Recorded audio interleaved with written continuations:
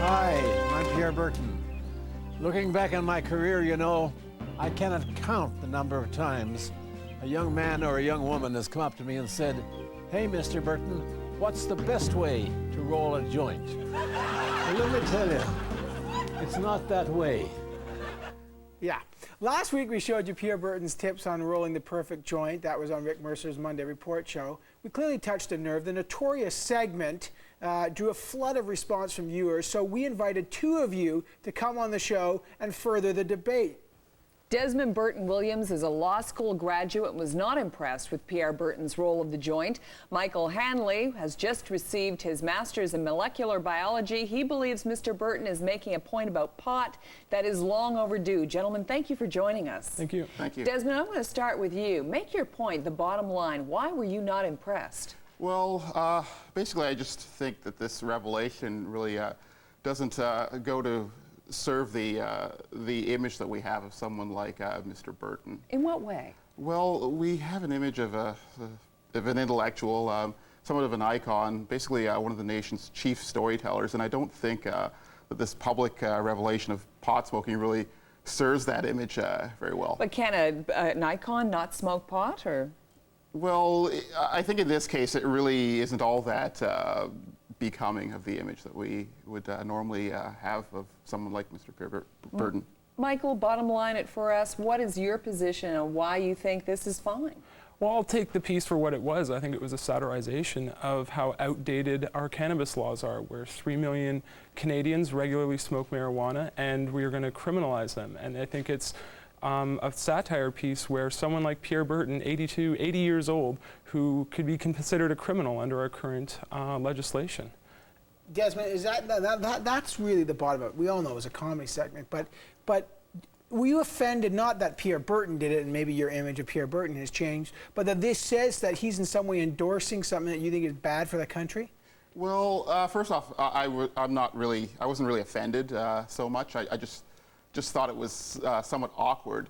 But again, I just don't really think it was appropriate, appropriate or the proper thing to do. Do you think do you agree with Michael though that the legislation about pot is outdated and we should be decriminalizing it? Quite frankly, no. I think that the way things are. Yes, there are people out there who do use marijuana in contravention of the law, but it is a law, and quite frankly, I can't see any positive benefit that society would get by decriminalizing or legalizing marijuana. Well, there's 3 million Canadians that have admitted to regularly smoking marijuana. That's 10% of the population. We can't expect to assume these people are criminals. I mean, we're going to criminalize 10% of our population. I mean, I think it's time that we pass sensible legislation where Canadians can enjoy cannabis in a legal environment, and we can take care of all the social issues through the legislation and getting all the stakeholders to sit down and take care of the problems of organized crime and violence associated with this industry, the way violence and organized crime was associated with the alcohol industry in its prohibition days.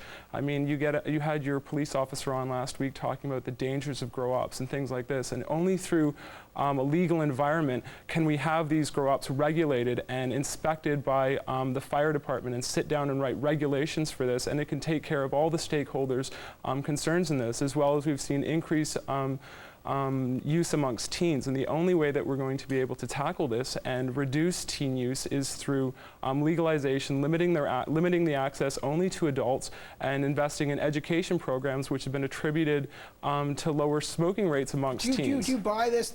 That's an extensive argument for Michael. What do you think, Desmond? Well, yes, it is an extensive argument, but the thing is, though, the premise that's based on the experience with prohibition that happened in the United States some 70-odd years ago, I'm sure that some of the parallels are alike, but then there are also probably some other differences, and because of that, we don't know what we're getting into. What do you mean? Well, we don't know exactly what the outcome would be if we did decriminalize, and because that coupled with the fact that we're not necessarily getting anything positive out of this, leads me to believe that we probably shouldn't go down that route.